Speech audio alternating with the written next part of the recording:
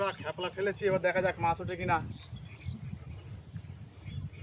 যা মাছ ধরে নিয়েছি বন্ধুরাকে সেটাই দেখে নি।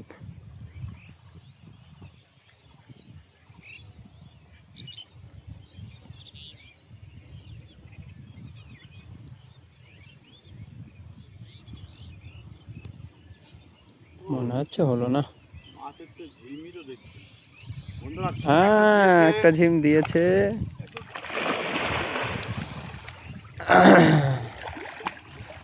বন্ধুরা বন্ধুরা কচা কচা কচা